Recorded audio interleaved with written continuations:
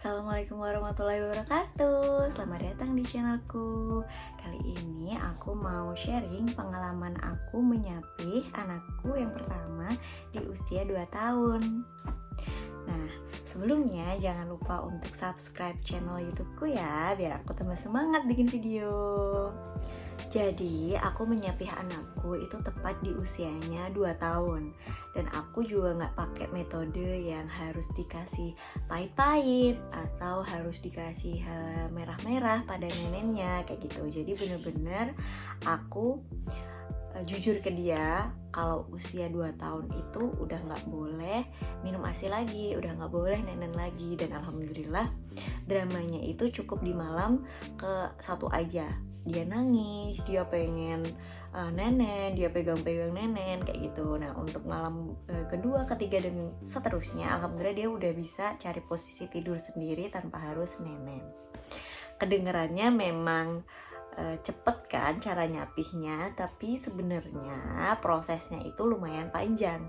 Jadi aku mulai kasih tahu ke dia untuk gak boleh nenen lagi ketika umurnya 2 tahun itu dari usia dia 20 bulan. Jadi selama 4 bulan, dari 20 bulan sampai 24 bulan itu aku kasih tahu dia setiap malam untuk nanti ketika ulang tahun kedua yang ada balon-balonnya di rumah, yang nanti ada kue ulang tahunnya. Nah pada saat itu Mbak udah gak boleh mimi ASI ibu lagi ya, karena berarti Mbak tuh udah besar, usia 2 tahun itu sudah harus stop ASI kata Allah. Aku kasih tahu dia sejak usia 20 bulan, walaupun dia belum ngerti kayak gimana sih lepas ASI ulang tahun tuh kayak gimana, dia belum ngerti. Cuma aku kasih tahu dia terus menerus setiap mau tidur. Jadi setiap mau tidur kita berdoa, terus juga diselingin kata-kata itu. Jadi nanti kalau udah ulang tahun, kalau udah 2 tahun Mbak udah stop ASInya ya, karena ASInya udah gak enak, udah gak ada gizinya lagi. Jadi udah harus stop kayak gitu, terus menerus aku sampein. Awalnya dia belum paham, tapi mendekati di usia 2 tahun, kira-kira hamin 1 bulan menyapih ya, di usianya dia 23 bulan tuh dia udah mulai kayak, kok ibu udah mulai paham gitu loh, kok ibu selalu ngomong kayak gitu ya, berarti aku bentar lagi udah gak boleh nenen apa ya, kok melo sih rasanya kayak gitu. Jadi si anak ini tuh gak tahu kenapa dia kayak udah nangkep kata-kata dari aku kayak gitu. Jadi pas usia 23 bulan tuh dia tuh jadi melo sendiri. Setiap aku ngasih tahu, nak nanti kalau pas usia 2 tahun pas ada kue ulang tahun sama ada tulisan selamat ulang tahunnya, Mbak udah gak boleh nenen lagi ya, kayak gini nih nanti ibu tutupin, udah gak boleh nenen lagi karena Mbak udah gede kayak gitu.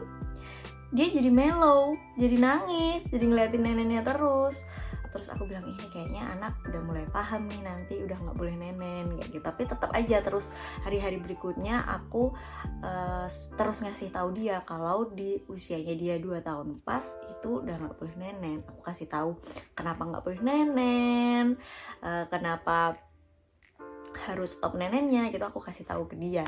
Bahkan aku kasih buku-buku bacaan, terus aku cari-cariin video juga yang intinya kalau udah 2 tahun nanti udah lepas ASI kayak gitu. Jadi dia itu udah mulai mikir mungkin ya, udah mulai mikir, oh iya nanti kalau udah gede nih Mbak, jadi udah gak boleh nenen lagi ya. Ya dia bisa jawab iya nggak nenen lagi kayak gitu. Tapi ya masih aku kasih karena belum 2 tahun pas, aku masih kasih nggak apa-apa, nikmatin aja nenennya. Yang penting nanti kalau udah 2 tahun udah ada balon-balon, terus udah ada kue ulang tahun juga, berarti udah nggak boleh nenen. Nah gitu.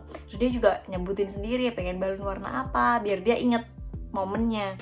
Pengen balon warna biru, oh ya udah berarti balon nanti dibeliin balonnya warna biru. Jadi dia nginget tuh nanti kalau ada balon warna biru dan ada kue ulang tahun berarti udah lepas nenennya. Nah terus tiba saatnya di hari dia ulang tahun nih, tepat di usia 2 tahun pas ada kue ulang tahun dan ada balon warna biru. Nah pas itu dia udah mulai ngerti, udah gak nenen lagi ya kayak gitu. Padahal malam harinya masih nenen, tapi paginya waktu ada kue-kue itu dia udah kayak ngasih tahu nanti udah nggak boleh nenen lagi, udah besar, udah 2 tahun kayak gitu.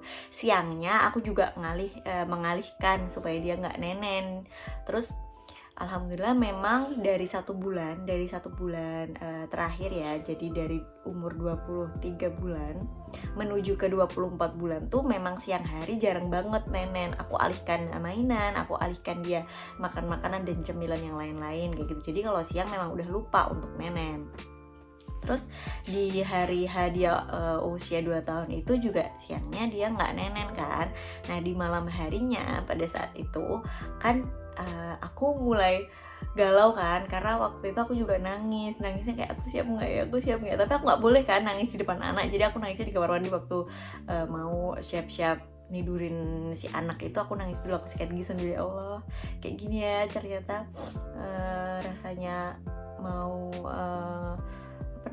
mau nyapih anak tuh ternyata mellow juga ibunya, padahal kita udah siap gitu. Tapi ya mau nggak mau memang harus dilakukan supaya dia juga semakin ikhlas ngelepas nenen. Aku juga harus ikhlas di saat-saat itu kayak gitu.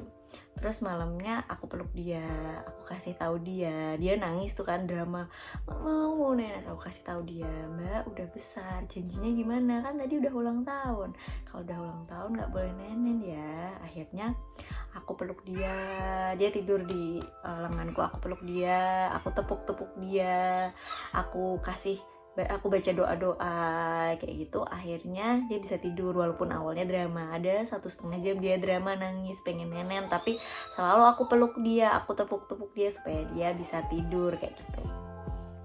Dan alhamdulillah dia bisa tidur tanpa kebangun sampai paginya. Di hari-hari seterusnya dia udah mulai ngerti, udah mulai paham untuk nggak nenen lagi kayak gitu. Walaupun awalnya masih kayak ngegoda, nenen boleh nggak kayak gitu, tapi udah nggak drama nangis kayak gitu. Alhamdulillah udah mulai ngerti. Jadi memang perjuangannya ada di sebelum hari H, sebelum 2 tahun itu ya. Jadi aku selama 4 bulan ngasih tahu dia untuk nggak nenen nanti ketika usia 2 tahun kayak gitu. Dan alhamdulillah anak itu pintar, anak itu nangkep ya. Ketika kita terus ngasih tahu, dia itu ngerti. Jadi nggak perlu dikasih merah-merah kayak betadine atau cabe atau yang pahit-pahit di payudaranya, di putingnya itu jangan. Soalnya kita jadi kayak gak jujur kan sama dia, jadi dibohongin kan, padahal kita pengennya menyapih dengan tenang, nyaman, tanpa ada kebohongan kayak gitu. Dia juga ngerti asalkan kita sering kasih tahu, kita kasih pembelajaran ke dia bahwa ketika nanti usia 2 tahun itu sudah nggak boleh nenen lagi. Itu harus diulang-ulang supaya dia makin ngerti. Jadi butuh waktunya itu ya lumayan lama di sebelum menyapihnya, supaya pada saat menyapih dia udah paham kayak gitu.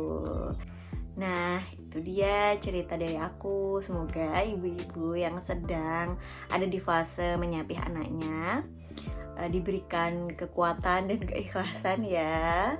Semoga anaknya juga segera bisa paham dan bisa melewati fase menyapih dengan tenang, dengan nyaman, dan dengan tanpa ada kebohongan gitu. Sekian video dari aku, sampai jumpa di video selanjutnya. Assalamualaikum.